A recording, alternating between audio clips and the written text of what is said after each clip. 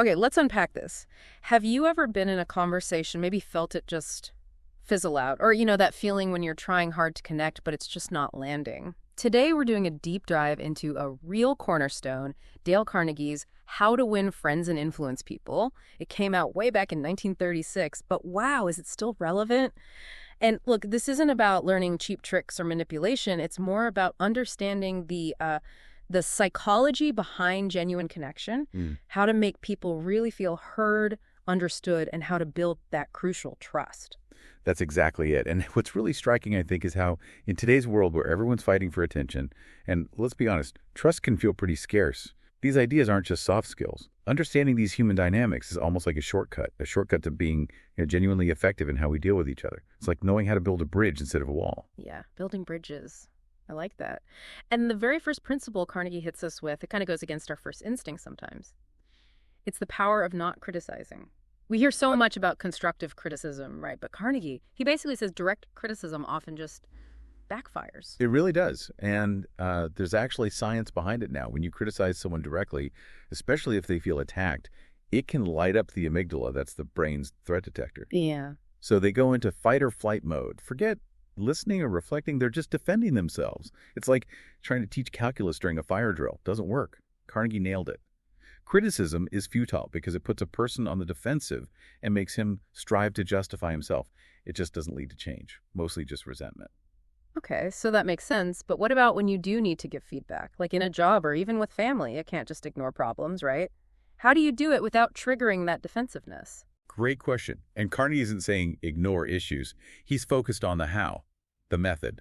So instead of pointing fingers at the flaw, you work on understanding. For example, rather than you keep messing up this section of the report, maybe try something like, hey, I know this part can be tricky. I've actually struggled with it myself before. How about we look at it together? See the difference? You're partners, not accuser and accused. Right. Building that bridge again. And that plays really nicely into the second big idea he talks about, the essence of sincere appreciation. Everyone, deep down, has this fundamental need to feel important, to feel valued. Huh. And appreciation, it speaks directly to that need. It's like saying, I see you, you matter. Exactly. It hits that core human drive for significance. But, and this is really important, Carnegie stresses sincere appreciation, not flattery. Flattery feels fake. It's often self-serving.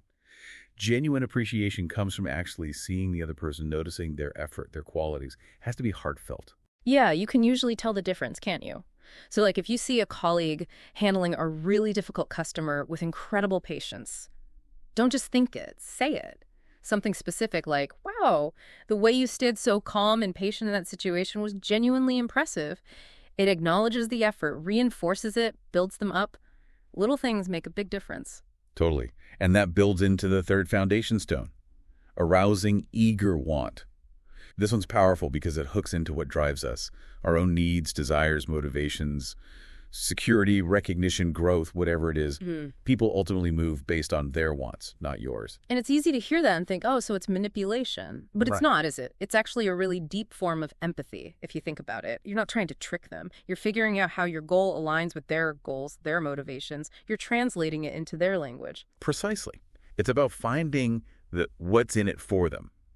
So instead of saying, I really want to lead this project because I'm super excited about it, maybe you frame it as, this project could really boost our department's visibility, and I see how it could directly help your team achieve its key targets for the quarter. Really?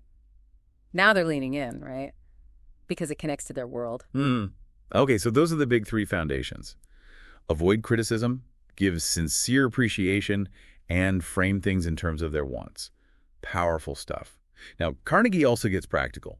He gives us 6 ways to actually make people like you. And the first one sounds simple, but maybe isn't always easy. Cultivate genuine interest. Yeah, genuine is the key word. It's not about pretending. People are drawn to those who seem truly interested in them. Ask questions, listen to the answers, actually connect. It's surprising how rare that focused attention is and how much people value it when they receive it. And number 2 is maybe the most visible one, the power of a smile. Just smiling, it seems so basic. Basic, but potent. A genuine smile is like a universal welcome sign. It says, I'm friendly, I'm open, I'm glad you're here. It breaks down walls before you even say a word. And it often triggers a smile back, right? Mirror neurons kicking in. It just starts the interaction on a positive note. So true. Okay, third, and this one I think is huge. Remember and use people's names. A person's name is like the sweetest sound to them. I remember once early in my career, I blanked on a major client's name right before a presentation. The awkwardness. It really drove home how much using a name matters. Even just a simple, "Hi, Sarah, great to see you." It shows recognition, respect. Absolutely. It makes the interaction personal, not transactional.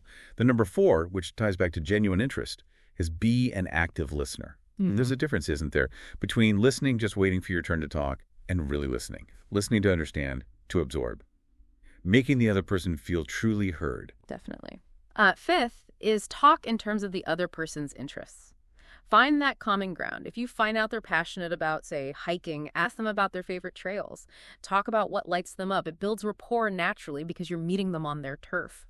And the 6th way loops back to that core need we talked about. Make them feel important, sincerely. Again, sincerely. Acknowledge their contributions, value their opinions, show them respect. Make them feel significant. Okay, those 6 ways seem very focused on building positive rapport, but what about when you need to, actually persuade someone, change their mind? That feels trickier. Carnegie has advice here too.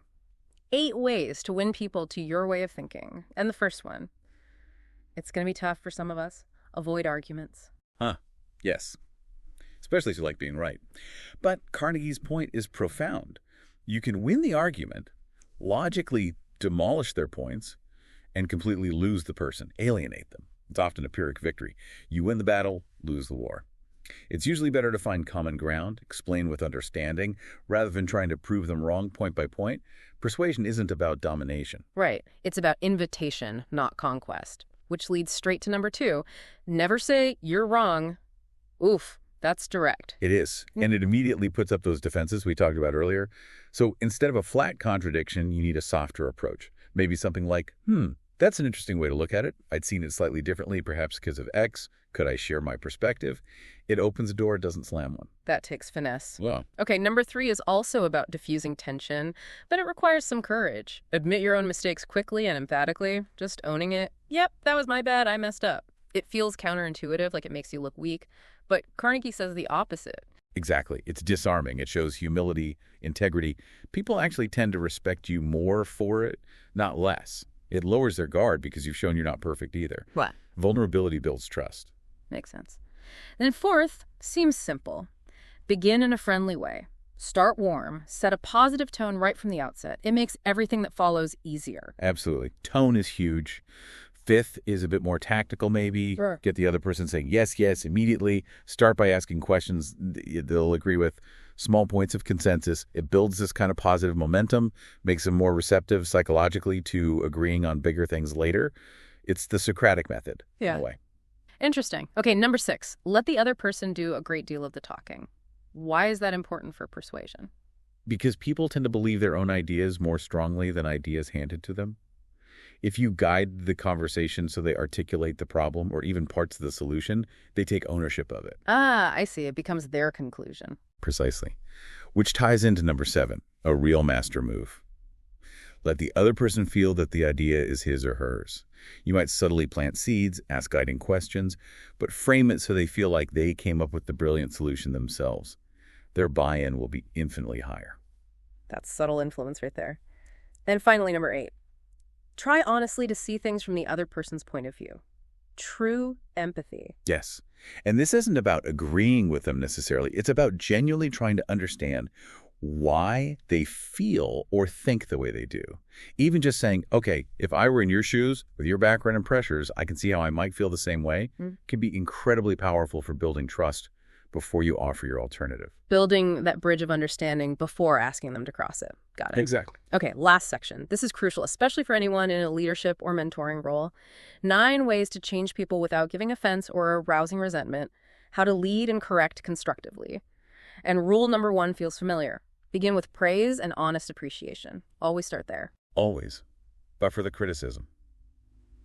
Sarah, you did an excellent job managing the client relationship on this project. There's just one small area in the reporting I think we could tweak. It softens the landing. Right. Number 2, call attention to people's mistakes indirectly. Be subtle, not accusatory. Yeah, instead of, you filed the wrong, maybe, I noticed the figures in this section seem a bit different from the usual format. You could maybe try organizing it this way next time. Focus on the process, not the person.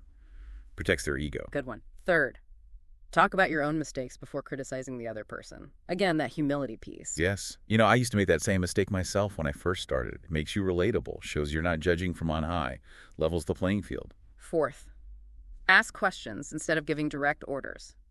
This is about empowerment, isn't it? Totally. Instead of fix this, try, what do you think might be a better way to approach this part next time? Or how could we improve this process?